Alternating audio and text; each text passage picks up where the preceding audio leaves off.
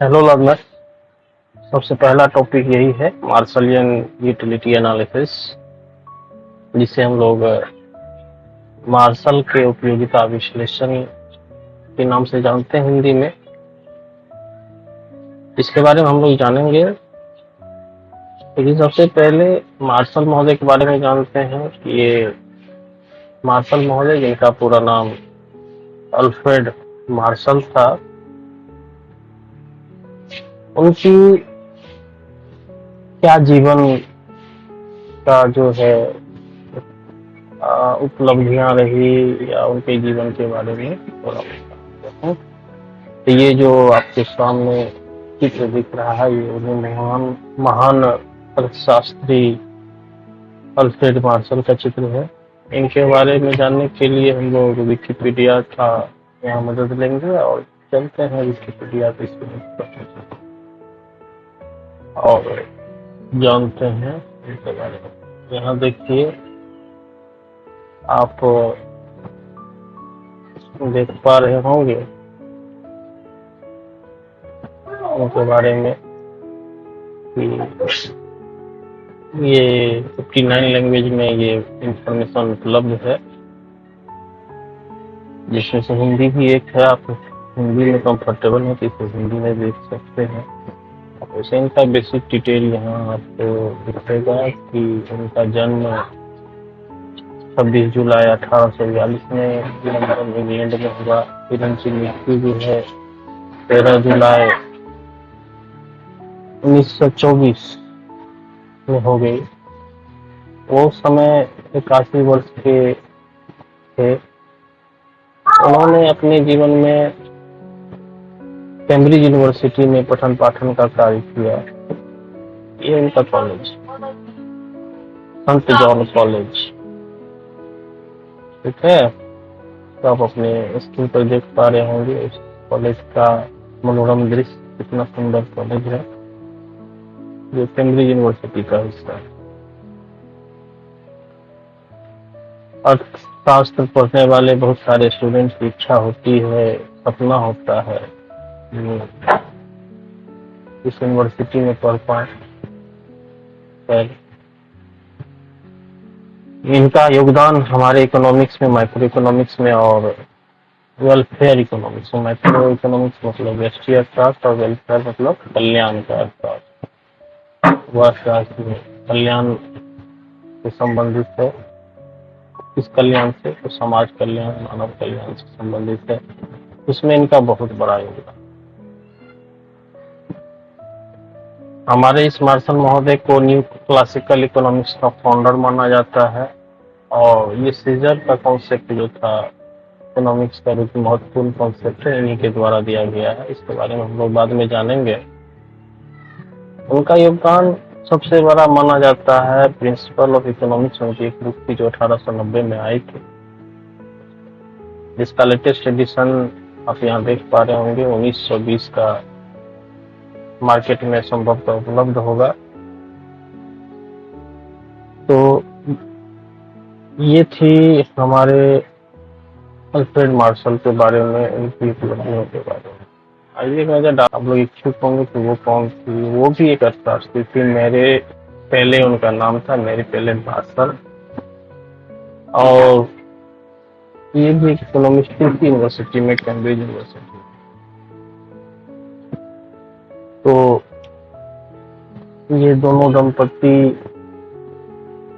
उनकी जो पत्नी थी, उनका तो कुछ खासा यहाँ दिख नहीं रहा, लेकिन ये हमारे और जो अल्फ्रेड मार्शल महोदय है, इनका योगदान हमारे इकोनॉमिक्स में बहुत बड़ा है। तो ये था हमारे मार्शल महोदय के बारे में परिचय। अब चलिए आगे चलते हैं। क्योंकि जो इनका जो कॉन्सेप्ट है उपयोगिता पर, उसके बारे में हम लोग जानते हैं। तो सबसे पहले आता है उपयोगिता क्या है, किसे कहते हैं उपयोगिता। तो कहते हैं मार्शल महोदय की उपयोगिता से आशय किसी वस्तु या सेवा में व्याप्त उस गुण से लिया जाता है जो किसी मानवीय आवश्यकता को संतुष्ट करता हो। मतलब वो गुण किसी वस्तु का जिसके कारण हम उसका उपभोग करते हैं। उस वस्तु में क्या होता है, वांट सेटिस्फेक्शन कैपेसिटी होता है, जिसके कारण उस वस्तु का हम लोग क्या करते हैं, उपभोग करते हैं। ठीक है। सेवा में ब्याज उस गुण से लिया जाता है जो किसी मानवीय आवश्यकता को संतुष्ट करता है। ठीक है। जैसे कि पानी हम क्यों पीते हैं, ये पीते हैं कि उसमें प्यास बुझाने की क्षमता है। खाना क्यों खाते हैं, इसलिए खाते हैं क्योंकि उसमें भूख मिटाने की क्षमता है। तो उसमें एक गुण है, इसके कारण हम उसका उपभोग करते हैं। दूसरी बात ये कहते हैं कि उपयोगिता जो है एक आत्मनिष्ठ और अंतरावलोकनीय अवधारणा है। आत्मनिष्ठ से तात्पर्य है कि यह ऐसी अवधारणा है कि आप ही बता सकते हैं इसको फील करके कि आपको कितनी उपयोगिता मिली, और यह हर व्यक्ति में अलग अलग होगी, क्योंकि वस्तु तो एक ही होगी, लेकिन वस्तु को उपभोग करने वाले ढेर सारे लोग होंगे। तो ढेर सारे लोग जब उसको यूज करेंगे तो सबके लिए उपयोगिता उस वस्तु की अलग अलग होगी। इसलिए इसे क्या कहा गया, आत्मनिष्ठ कहा गया। अंतरावलोकनीय अवधारणा भी कहा गया। अंतरावलोकनीय का अर्थ है कि आप खुद में अवलोकन करके हम इस बात का अनुमान लगा सकते हैं कि अगले को कितनी उपयोगिता जो है इस वस्तु से प्राप्त हो रही होगी। ठीक है। तो उम्मीद है आप उपयोगिता क्या है यह समझ गए होंगे। तो आगे चलते हैं, देखते हैं कि क्या इसको मापा जा सकता है या नहीं मापा जा सकता। अच्छा रुकिए, जरा सोचिए कि क्या उपयोगिता और लाभदायकता एक ही है, क्या उपयोगिता और संतुष्टि एक ही है? नहीं, दोनों तीनों कॉन्सेप्ट अलग अलग। कैसे? तो इस तरह से कि उपयोगिता किसी वस्तु में जो होती है वो क्या होती है, वांट सेटिस्फेक्शन कैपेसिटी, मतलब आवश्यकता को संतुष्ट करने की क्षमता, उसको हम लोग उपयोगिता बोलते हैं। अब मान लीजिए शराब है, शराब में एक शराबी की आवश्यकता को संतुष्ट करने की क्षमता तो है, लेकिन क्या वह शराब उस शराबी के लिए लाभदायक है? नहीं ना। तो इसी तरह संतुष्टि भी जो है वो बाद की अवधारणा है। मतलब उपयोगिता हम पहले फील करते हैं किसी वस्तु की कि जो यह मेरी आवश्यकता को संतुष्ट करने में सक्षम है या नहीं है। अगर सक्षम है तो उस वस्तु में हमारे लिए उपयोगिता है। लेकिन संतुष्टि हमें कब मिलती है, जब हम उस वस्तु का उपभोग कर लेते हैं। ठीक है। उसका जब उपभोग कर लेते हैं, उस वस्तु की उपयोगिता को हम समाप्त कर चुके होते हैं, तब हमें संतुष्टि प्राप्त होती है। तो संतुष्टि एक बाद की अवस्था है और उपयोगिता उपभोग से पहले की अवस्था है। ठीक है। तो इस तरह से तीनों कॉन्सेप्ट अलग अलग है। अब चलिए देखते हैं कि क्या उपयोगिता को हम लोग माप सकते हैं। तो इसमें दो विचारधारा, एक हमारे अल्फ्रेड मार्शल महोदय की विचारधारा है, इसको हम लोग कार्डिनल यूटिलिटी एनालिसिस मतलब गणनावाचक विचारधारा बोलते हैं, और एक विचारधारा है हिक्स और एलन महोदय का, जिसे हम लोग क्रमवाचक विचारधारा बोलते हैं। तो मार्शल महोदय कहते हैं कि हम वस्तु की उपयोगिता या सेवा की उपयोगिता को माप सकते हैं और उसे संख्या में व्यक्त कर सकते हैं, जैसे 1 2 3। तो कैसे व्यक्त कर सकते हैं, तो बताए कि जैसे किसी वस्तु के लिए हम कुछ भुगतान करने के लिए तैयार होते हैं। जैसे एक पेन आप खरीदने जाओ बाजार, तो और पेन के लिए आप 10 रुपया देने के लिए तैयार हैं, तो उसमें उसकी उपयोगिता 10 रुपये की बराबर। और उसी 10 रुपये को हम लोग क्या बोलेंगे, 10 यूटिल्स बोलेंगे। उपयोगिता की इकाई उन्होंने क्या बताई, यूटिल्स। तो जो संख्या हम लोग व्यक्त करेंगे जिसमें उपयोगिता को जिस संख्या से डिनोट करेंगे उसे हम लोग क्या बोलेंगे, यूटिल्स बोलेंगे। ठीक है। तो इसका आधार क्या है, कीमत, जो उसके लिए हम लोग भुगतान करते हैं। अब क्रमवाचक विचारधारा जो है वह हिक्स और एलन महोदय द्वारा दिया गया। इन लोगों का मानना है कि हम उपयोगिता को माप नहीं सकते। हाँ, संतुष्टि को प्रदर्शित करने के लिए क्रम की संख्या का प्रयोग कर सकते हैं। उन लोगों का मानना था कि उपयोगिता को एक्यूरेट माप के उसकी संख्या उसके लिए नहीं दे सकते। हाँ, कह सकते हैं कि अमुक वस्तु जो है अमुक वस्तु से अधिक उपयोगिता दे रही है या कम उपयोगिता दे रही है, और इसके आधार पर उसको हम क्रम में लगा सकते हैं और उस क्रम का संख्या दे सकते हैं, जिसे रोमन में 1 2 3। ठीक है, चलिए आगे चलते हैं और इस विश्लेषण में जानते हैं एक कॉन्सेप्ट है कुल उपयोगिता का और सीमांत उपयोगिता का। कुल उपयोगिता क्या होती है कि कहा जाता है कि जो वस्तु के सभी इकाइयों के उपभोग से उपभोक्ता को जो उपयोगिता प्राप्त होती है उसे कुल उपयोगिता कहते हैं।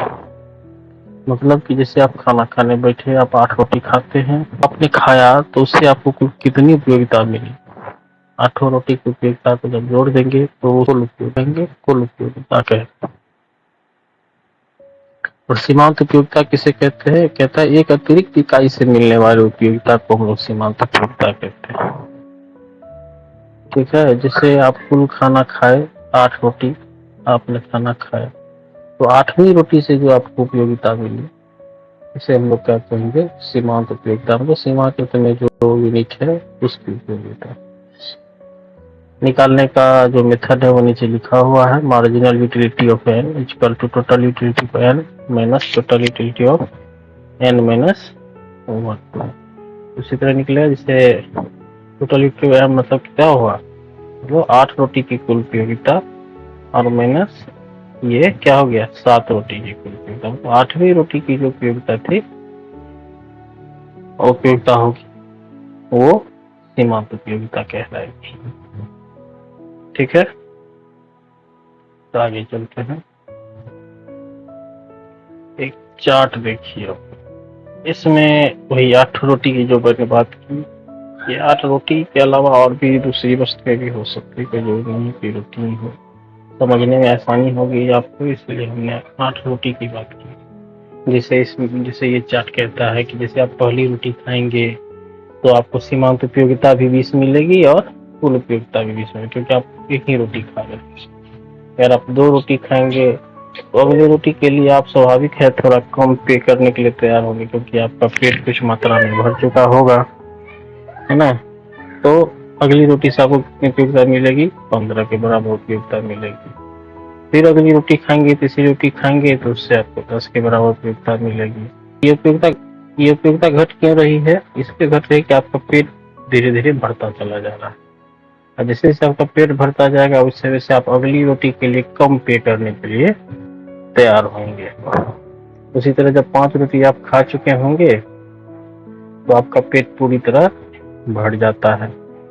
ठीक है, और उस समय आपकी कुल उपयोगिता कितनी है? 50 मैक्सिमम है। देख लीजिए आप कुल उपयोगिता कैसे निकालते हैं? सीमांत उपयोगिता में अगली रोटी की उपयोगिता जोड़ के चले जाते हैं। जैसे यहाँ देखिए, ये पहली रोटी में 20 है कुल उपयोगिता, अगली में 35 होगी। क्या किए? 20 और 15 को जोड़ दिए। फिर उससे अगली रोटी में 45 होगी। क्या किए? फिर 35 में किसको जोड़ दिए? 10 को जोड़ दिए, 45 को। फिर यहाँ 45 में 5 को जोड़ दिए, कितना गई? 50 हो गई। ठीक है, तो कहने का मतलब मैक्सिमम पे आप यहाँ 4 पे ही पहुंच चुके थे। 5 में आपको 0 जो है सीमांत उपयोगिता मिली, फिर संतुष्टि आपकी अधिकतम थी। अब जब आप छठी रोटी खाते हैं तो आपकी तबीयत खराब होने की आशंका होती है, अपच हो जाने की आशंका होती है, आपकी कुल उपयोगिता घट जाएगी। और अगली रोटी का ऑफर मिलता है तो उसमें और आपको आप कहेंगे आप तो नहीं, तो 10 रुपया तभी हम खाएंगे, है ना। तो ये करे मतलब कुल उपयोगिता आपकी घटने लगी ना, है ना। तो इसको जब हम ग्राफ में रिप्रेजेंट करेंगे तो कैसे करेंगे? उसी डाटा का हमने यहाँ ग्राफ चित्र बनाया गया है। ये देखिए, ये जो है आपका 0 का लाइन है, ये वाला। हाँ, ये आपका वो एक्स एक्सिस हुआ और ये वाई एक्सिस हुआ, है ना। तो ये जो ग्राफ बना है, ये 5वीं रोटी यहाँ है आपकी, हाँ, और यहाँ देखिए आपका ये सीमांत उपयोगिता कितना हो गया है, 0 हो गया। इसी समय आपका कुल उपयोगिता कितना है, ये देखिए मैक्सिमम है ना, मैक्सिमम कितना है, 50 है ना। तो जब कुल उपयोगिता अधिकतम होगी तो सीमांत उपयोगिता शून्य होगी, है ना। इससे सीमांत उपयोगिता शून्य भी हो सकती है, सीमांत उपयोगिता पॉजिटिव भी रह सकती है। इस ग्राफ से हम लोग ये 3 बातें जानते हैं। चलिए आगे चलते हैं कि आगे क्या है। आज के लिए इतना ही, धन्यवाद।